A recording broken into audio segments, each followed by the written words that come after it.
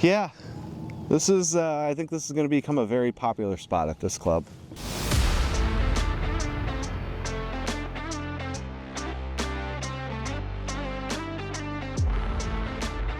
Hello friends, welcome to another episode of the Whole Story Podcast. Robby here, introducing today's episode where we take a first look at Broomsedge Golf Club. There will be a part 2, so stay tuned for that coming very soon.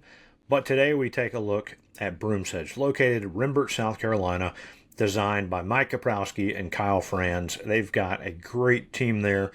Today's episode, we get to talk to Trevor Murphy, the head golf professional, and Wyatt Grillo, the assistant professional. There at Broomsedge, got to sit down with these guys a few weeks back, learn a little bit more about them, how they got to Broomsedge, and just get their thoughts so far on this course. So excited about this one. I think you guys are really going to like it. I've gotten to play it a couple times now. It's an amazing course. So yeah, I think you guys need to put this one on your bucket list and try to get to Rembert to play. Many thanks again to our partners, friends of the program, Summit Golf Brands, Bedrati Zero Restriction, Fairway and Green. I'm actually wearing the Captain Cool Polo here from Bedrati. Like this one a lot. Helps during these very hot summer months. Try to stay cool out on the course. So go check out them. You can get 20% off on from any of their brands using Best Ball 20. So very thankful for Dan Drollinger and the guys at Summit Golf Brand. Another friend of the program, Western Birch.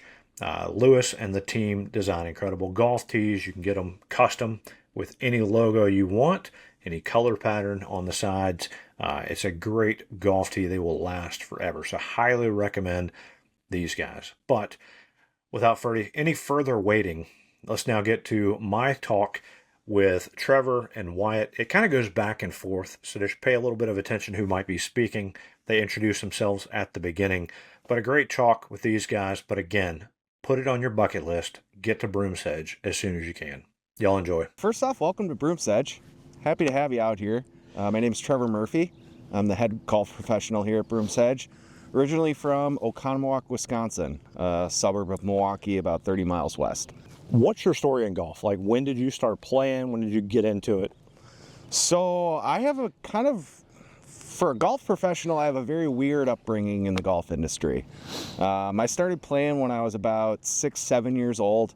Just one of my childhood friends took me to a golf course, you know, kind of like a lot of folks. And I'd always played the game, but never really took it too seriously. In high school, I tried out for the golf team my freshman year. It was 44 degrees and raining. I shot a 53 in 9 holes. I looked at the coach and I was like, is this what it's like? And he was like, yep. And I was like, not for me. Never went back again. So, you know, golf has always just been a part of my life, but it wasn't a career until later in life for me. So I went to college in Washington, D.C. at American University. I graduated in 2008, right as the recession was hitting, and I had no job prospects or anything like that, and decided to go to grad school. I went to the University of Denver, got my MBA, and while I was in grad school, I had a buddy of mine who was thinking about starting a company. And so my last semester in school, I did a little project about this company, and graduated, ended up moving to Salt Lake City, Utah, and started a company called Friendemic. We were a social media marketing agency.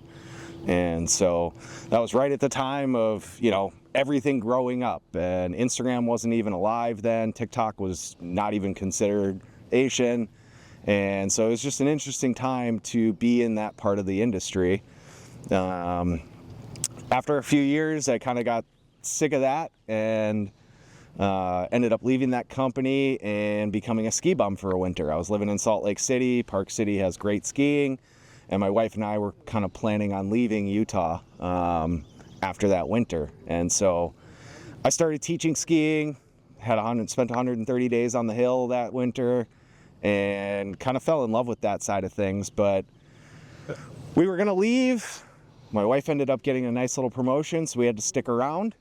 And I didn't really want to jump back into the marketing and advertising world, so I ended up working at Canyons Golf Course. It was the first season they had been opened. It was at the base of Park City Mountain. And that's where I got into the golf business. I was the outside services lead, just a glorified bagroom guy working at a resort golf course, and did that for 2 summers. We ended up moving back to Wisconsin, and that's where I really took my footing in the golf business. So I worked at the Wisconsin club. Same thing, I kind of just started on the ground level. I was a bagroom manager that first month, actually. The head pro was like, why are you applying for this job? Because he looked at my resume, and I had general manager and started companies and all of this stuff. And I was like, I'm looking for something new and different. I really like the hospitality industry. I think golf is a part of that. And I wanted to do something different. And so, I applied for an assistant's position. He had just hired that person 2 days prior to my interview. So we made a deal. I was going to be his bagroom manager and slowly work my way into the shop once his assistants started moving on. And lo and behold, one of his assistants left about a month later. So I moved into the shop. I was the 3rd assistant professional there. Within 2 years, I was the 1st assistant professional. Spent a couple more years there. That's when I met Wyatt. Wyatt came in as an intern one summer. We struck up a good relationship and friendship, and so we've stayed in touch ever since then. And, after 6 years at the Wisconsin club, I saw a job posting for an assistant's job at a course called Ballyneal in eastern Colorado. And thankfully, one of my members at the Wisconsin club pushed me really hard to apply for it, because he had just been there. He's like, I think you'd really like being there. It'd be a really great experience for you. And so I took a chance, and I applied for the job, and ended up getting it and spending 3 wonderful years there. And same thing kind of happened with Broomsedge. I wasn't necessarily looking to leave Ballyneal, but I'm also the person that's always looking for opportunities. And this kind of fell in my lap. And so same thing. I applied for the job, got along with the guys. Now I'm here, and I'm 7 months later, and we've got an open golf course. Welcome to Rembert, South Carolina. Absolutely. It's funny because the guys folks say this place is in the middle of nowhere, and after living in in Holyoke, Colorado for 3 years, this is not the middle of nowhere. Okay. I can drive 15 minutes and I can go get a coffee at a Starbucks. You can't do that out there. My name is Wyatt Grillo. I'm originally from Chicago, Illinois. Tell us your story at golf. Like, when did golf start for you? Started when I was maybe 6 or 7 years old with my dad. We lived 2 minutes away from one of the local munis in Chicago. There used to be a hole in the fence that we'd park next to and go play 3 holes. I remember I had my little Snoopy the dog golf clubs. Those are my first memories of golfing. From there, I started caddying in 8th grade. My dad dumped me at the country club, and that kind of started my career in golf. I caddied for 10 years there, and then decided to get into the professional thing. So I worked with Trevor for 2 years at the Wisconsin club, and I liked it. But I was still using my teaching degree, taught middle school, and caddied at Erin Hills for the last 3 years, and started talking to Trevor over the last 6 months, and found this opportunity that I couldn't pass up. And you came down to Broomsedge when? I came down here the last week of February, I believe it was. Still a little cold, still a little gray out here, but as soon as I walked on this property, I knew I came down for good reasons. Compared to Wisconsin, though, it had to be a lot warmer, right? It was. I mean, I think I came down from close to 0 degrees, drove through a snowstorm for the first 3 hours out of Milwaukee and through Chicago, and then came down here, I think it was 55 degrees, and couldn't have been a happier camper driving onto this property. All right, so you said 7 months you've been here. What's your favorite thing about the area, I guess, so far? Surprisingly enough, the people. I've, growing up in the Midwest, you always kind of hear about like the Southern hospitality and stuff, and I had never really spent much time in this region. And it blew me away how welcoming and friendly everyone has been since I've been out here. Oh, you need a realtor. Oh, come talk to this person. Oh, you need this. Oh, talk to this person. It's been a really great community to start becoming a part of. That's awesome. And then I guess that kind of piggybacks into the course too, right? And like you were mentioning earlier, like you just love the people and the vibe here. Yeah, obviously we are a private club, but I've been in a lot of private clubs that are stuffy, but I've also been in a lot of great private clubs that aren't. And, one of the things I learned at my time at Ballyneal was you don't have to have the best everything to provide the best possible experience. And that really boils down to the people that you put on your team to provide that experience. And if you empower them to do the right thing and meet the needs of your customers, whether it's members or guests, everything kind of trickles down from there. And so, I've been trying my best to find great people to be a part of this.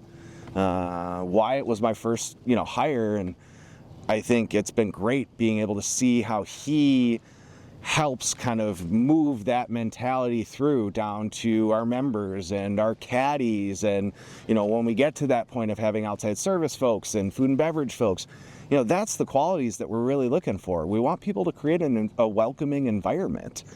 How do you feel, I guess, the differences between you previously working in established places and now you're kind of building it from within? So that was actually one of the things that really attracted me to this position because, in my life prior to golf, I worked in startups. I started one company, I'd started a couple others that failed. So I know what it takes to get a business up and running and make it into a successful entity. And, obviously we talk about how many golf courses are being built and stuff, but in reality, it's not very many. You're talking 10, 15, 20 a year roughly in terms of what's being worked on. And so that's not very many opportunities for someone like myself to get in on the ground level. And so for the last couple of years, I've been looking for that. And I was fortunate enough to find it out here in Rembert. Yeah. All right, well, let's talk about Broomsedge. All right, maybe from the start, how did the name come about? So the name came about from the founders, similar to the logo. So, the kind of three core founders are Mike Koprowski, obviously, who's the main architect, David McFarland, and Andrew Denenberg. And, from what I understand, the story goes, they were kind of just sitting around one day talking. What should we call this place? Blah, blah, blah. And one of them said, what about Broomsedge? There's a ton of it out here. Why not?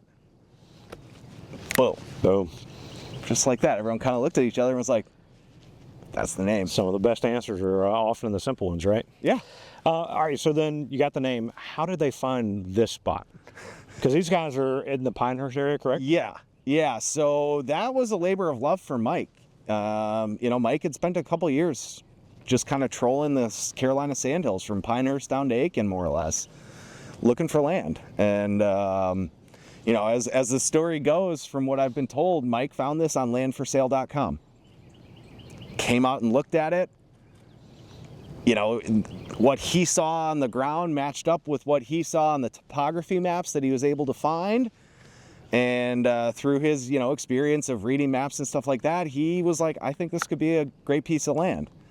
So he, brought Kyle Franz down to kind of help confirm, and the rest is history. There wasn't much besides clearing trees done to the actual layout of the land, topography, stuff like that. So how does that play into what we see as the course today?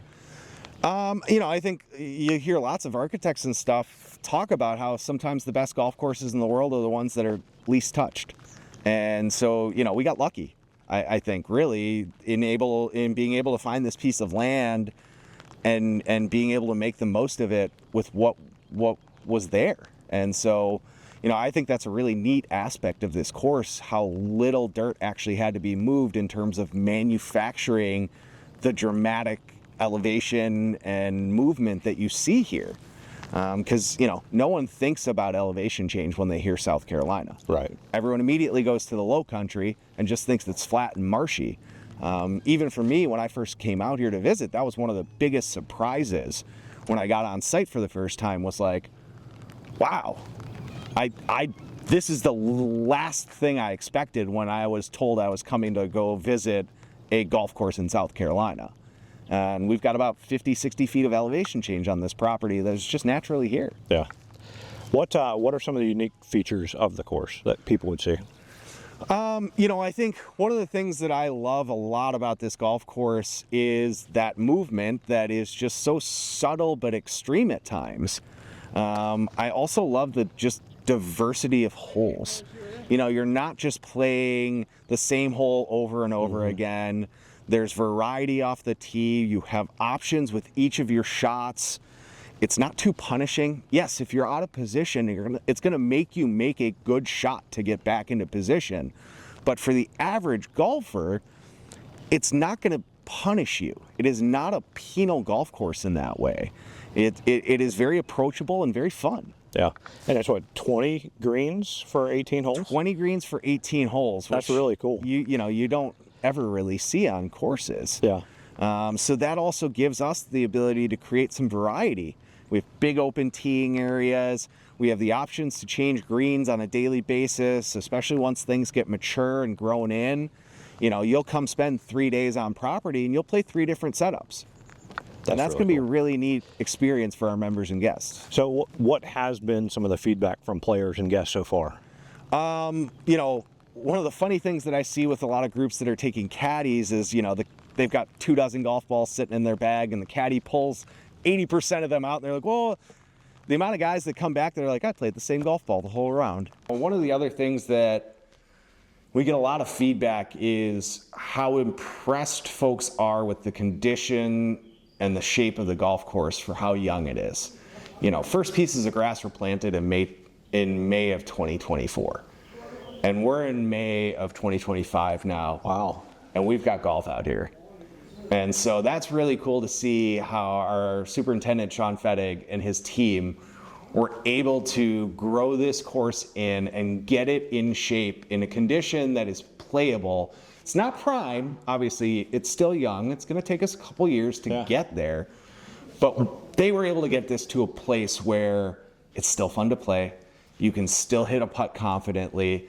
You're not worrying about, any kind of, oh, well, this is kind of thin grass, so this might be bumpy here or anything. It's just still a joy to play. Yeah, and it's, if you wouldn't tell somebody that's only a year old of grass, you would look out there and think this has been here for a long time. Absolutely. And I'm guessing, we saw a founder here tee off earlier with a prospective member. I'm guessing that's an attractive thing to prospective members, to be able to see how developed it is even at an early age. Yeah, and obviously the construction of this course has been going on for, well over 2 years. We've been fortunate enough to even have some members that have joined 2 years ago. There were people that believed in the vision of this club and wanted to be a part of the process of seeing it from fully tree lined to stumps to dirt to, roughed out shapes of greens and bunkers and fairways to grass to now it's starting to grow in and get mature. So, that's a really neat opportunity for folks who, a lot of courses that we play these days are 100 years old, 50 years old. And so you never really got to see what it originally looked like. And to be a part of this so early on, and, some of our younger members, it's like, you're going to be a part of this place for 40, 50 years. You're going to get to see this that far down the line. Yeah. Have there been, so creating memories that'll be there forever, and being a part of that, what are some of the highlights or memories that have been established so far? Obviously a few of the things that have kind of naturally happened are some of our fun little slogans. Survive the 5, sign the pig, Sedge not edge, little things like that. The Survive the 5 came from a member. One day walking through, how was it out there? Well, after I survived the first 5, and we were like, light bulb, there you go. The signing of the pig, it just kind of naturally happened. And then one day, David painted Sign the Pig up there. And next thing you know, we've got a full wall of a couple hundred signatures. I love being a part of stuff that organically happens. And I think a lot of the life up until now of Broomsedge has been very organic. We got lucky. We were in the right place at the right time. Just like the name, someone threw out an idea and we were like, yeah, that hits. Let's go. That's perfect. Well, you say lucky, right place at the right time. It's also surrounding yourself with the right people. Absolutely. Yeah. Yeah, I mean, I think we have a great team involved in this project right now. And, you know, if you changed one or two of those pieces of the puzzle, would we still be here talking? I don't know. But, you know, I think a big part of it is, yes, we got the right people on the bus. And, you know, we were able to get it to this place. Yeah.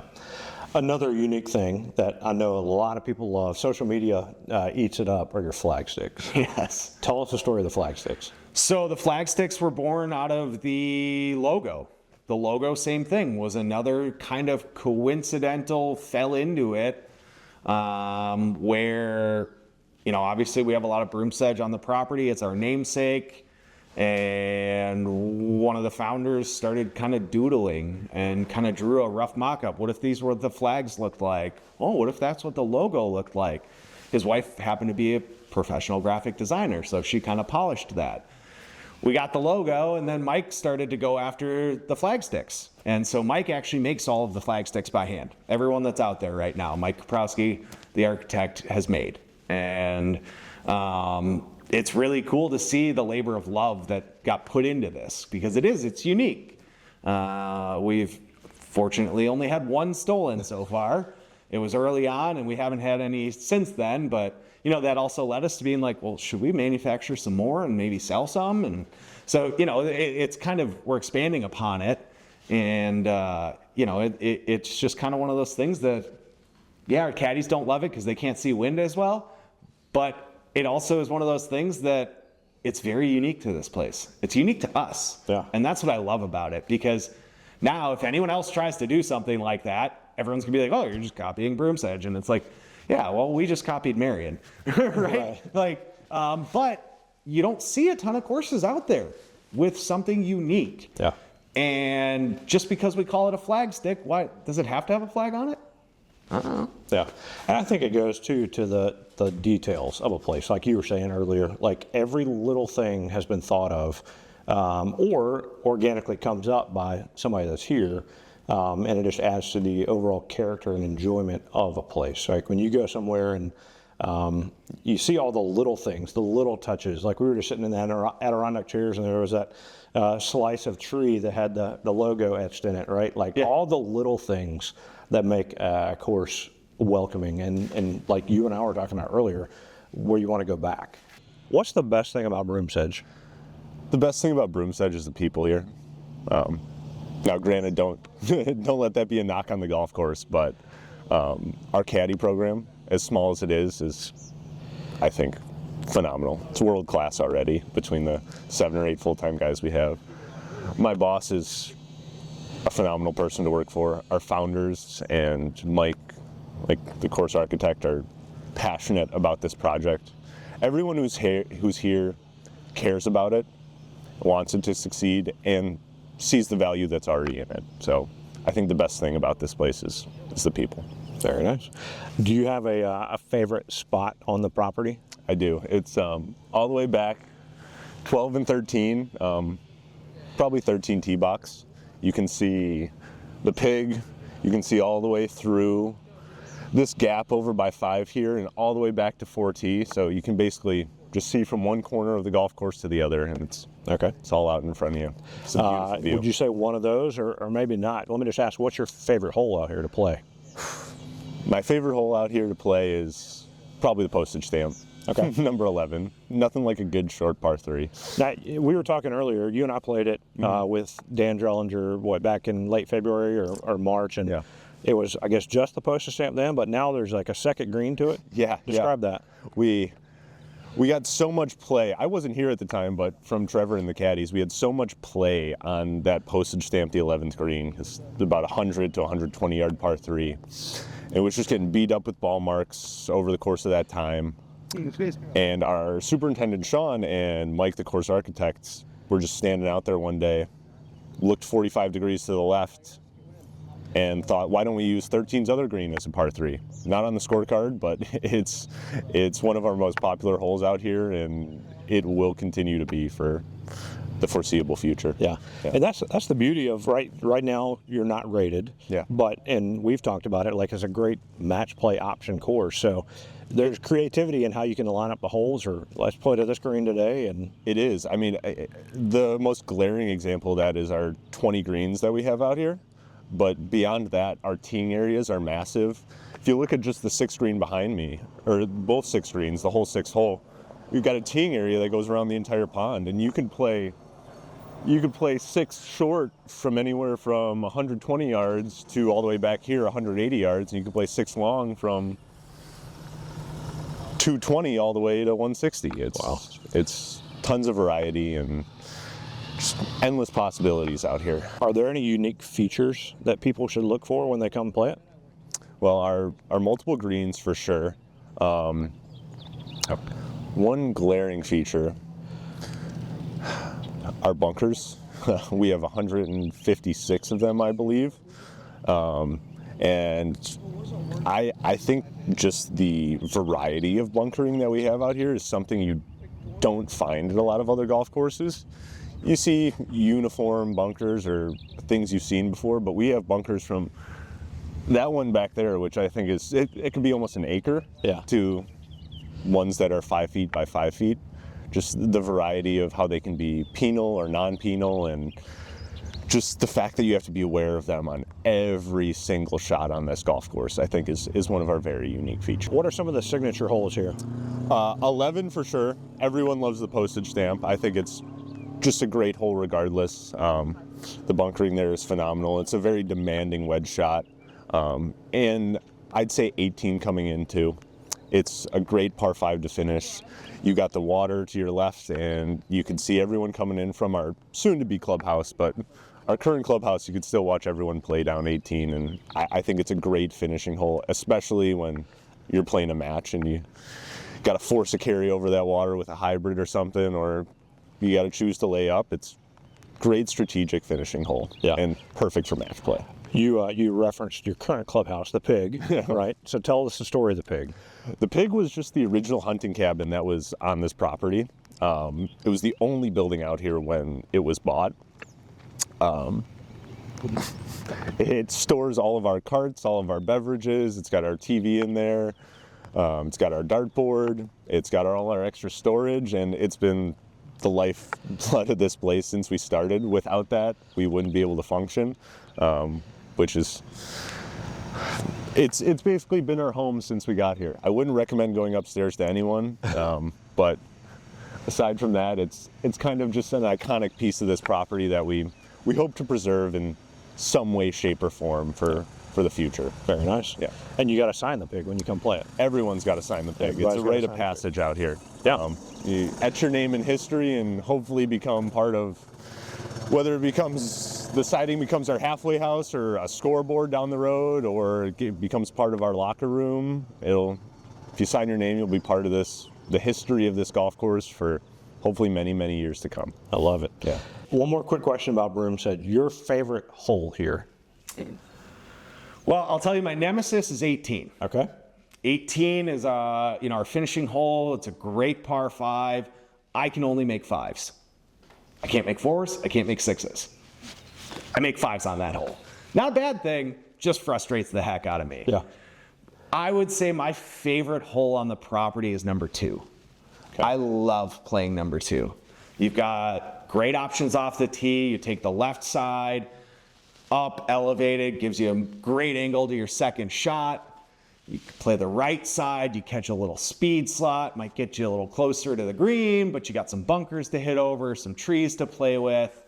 It's just a very enjoyable hole. And I love walking all the way back to the tips and just staring at the hole. I don't play it from the tips because I am a short hitter, relatively speaking, but it just fits my eye really well.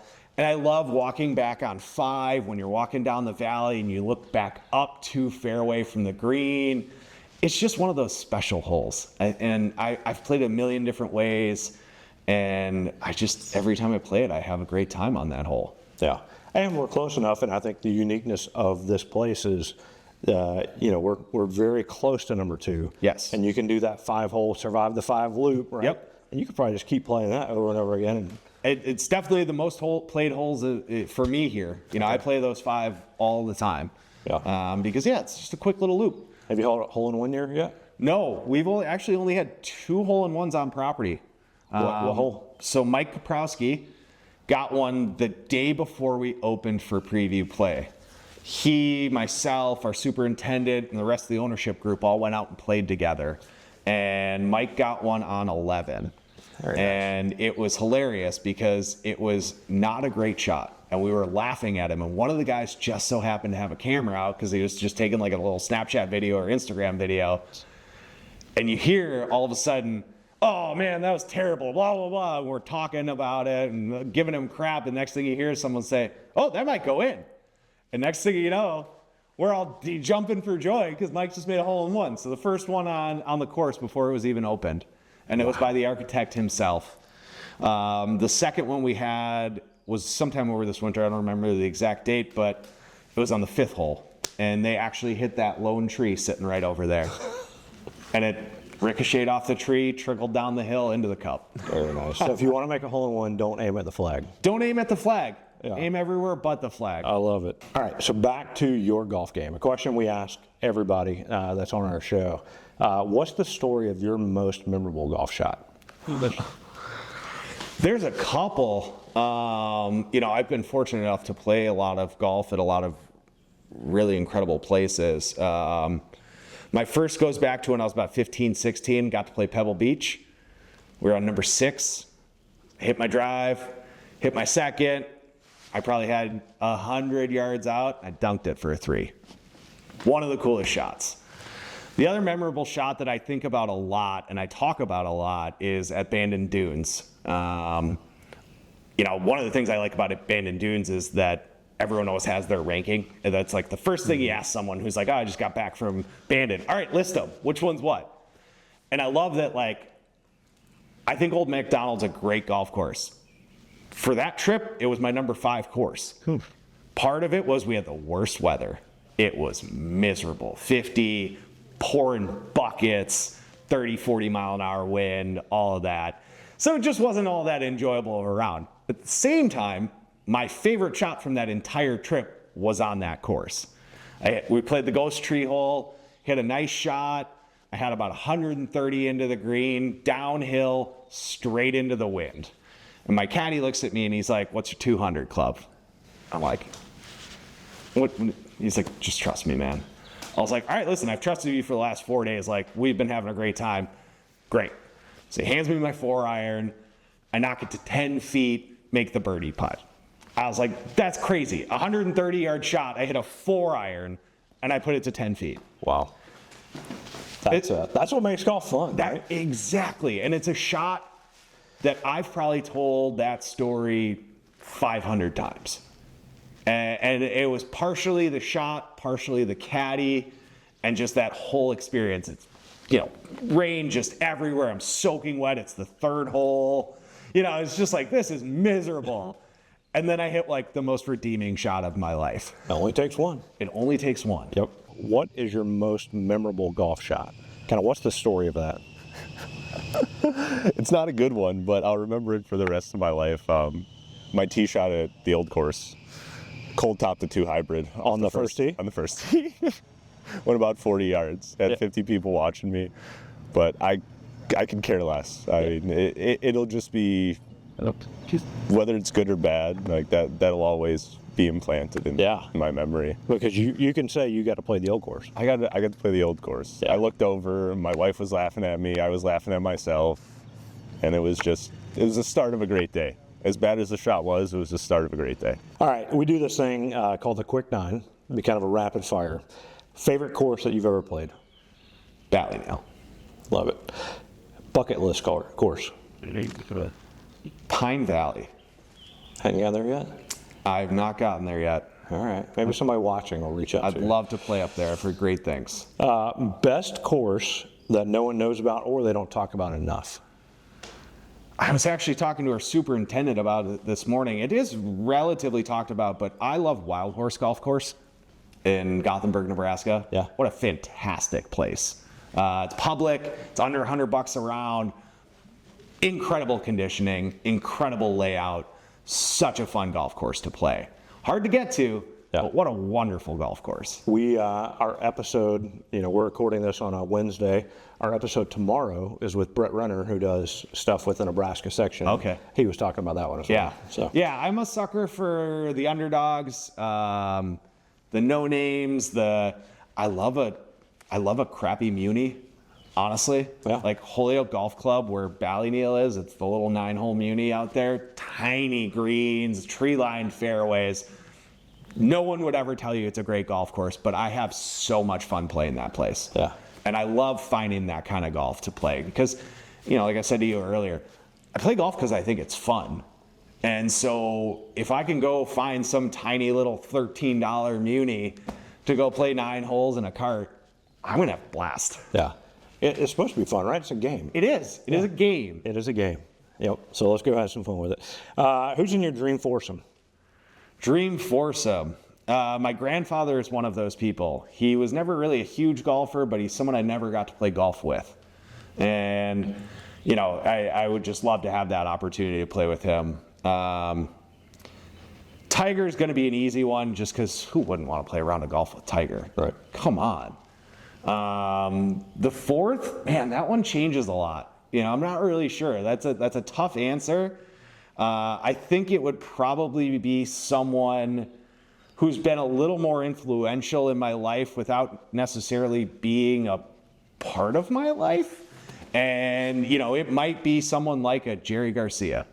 Very nice. Because I don't know if Jerry ever played golf, but his music has been a huge part of my life. I love the Grateful Dead, and I love all the iterations that they've ever had. But it also exposed me to a very big part of my life, which is music. Yeah. I love the music answer. We've had 2 of our guests say Tupac. So that could be an interesting one. Jerry Garcia is awesome.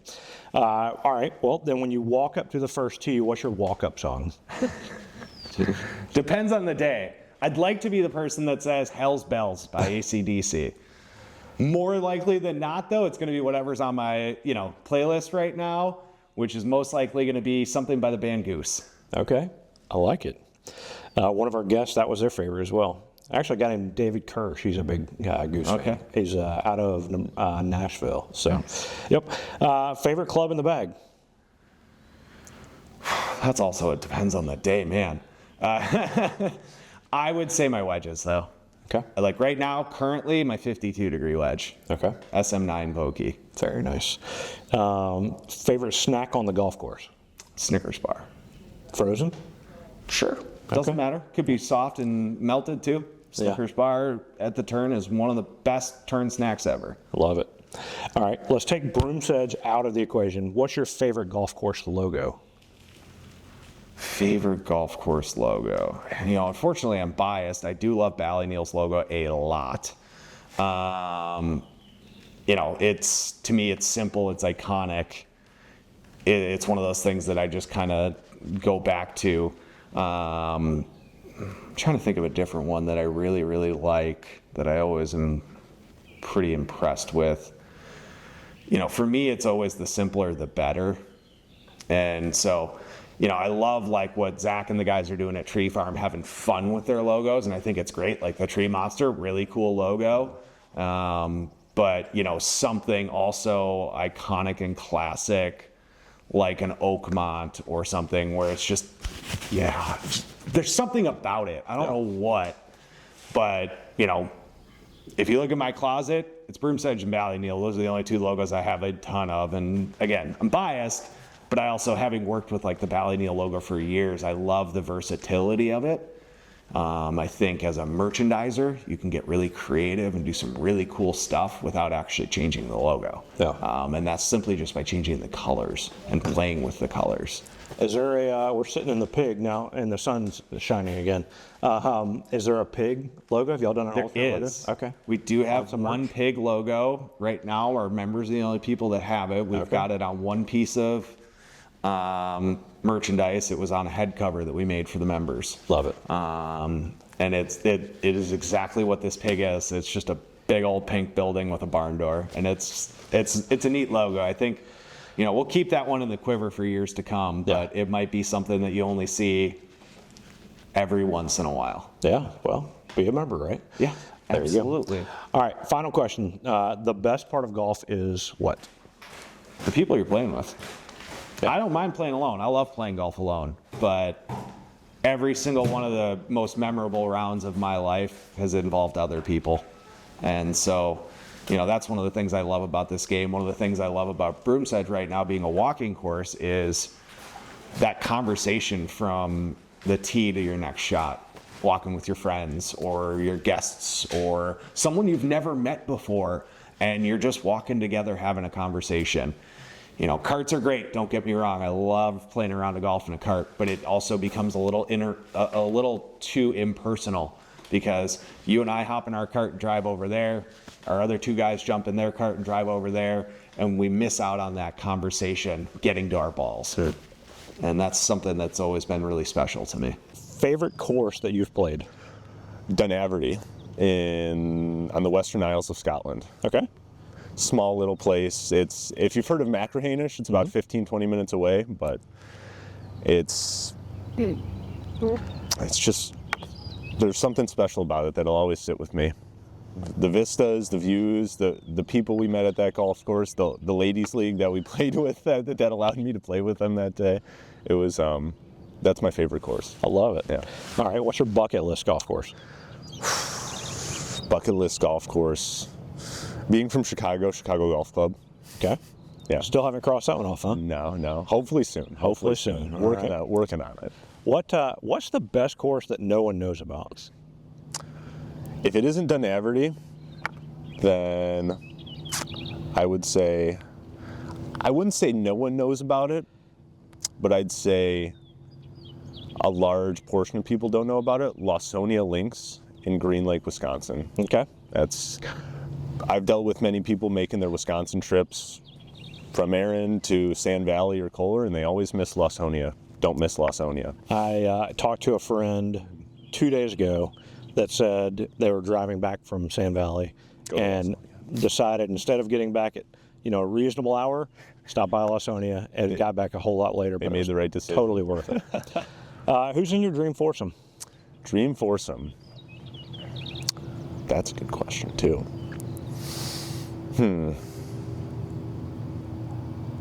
Anyone current living? Yeah. Dead? Don't even have to be golfers. I think it would just be my wife, my dad, and John Daly. Very nice. John Daly. I think that'd be a grand old time. I love it. Yeah. All right. What is your walk-up song when you go to the first tee? Oh, my walk-up song. Probably something to just put me at peace. Probably very cliche, but like Three Little Birds, Bob Marley. Something to calm you down, settle you into the round. Very nice. Yeah. So not like a pump you up kind of thing. You No. want a nice relaxing, get over there, smooth swing. That's what I come out here for. I like to relax and have a good time, and that'll put me in the right mindset. Yeah. And that's when I play my best too. Nice. Yeah. Very nice. I think we could all learn from that. Yeah. Favorite club in the bag, and it's got to be one of these new ones coming, right? Favorite club right now? Well, I'll always have it regardless of the Mizunos, but TaylorMade Mini Driver, original one. Very nice.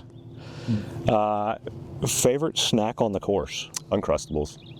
Good answer. Very common answer. All right, I'm going to take Broomsedge out of this, but favorite golf course logo? Ooh, favorite golf course logo. I'm gonna have to think about this one for a second. Okay. I know it's rapid fire, but it's gonna be a slow one.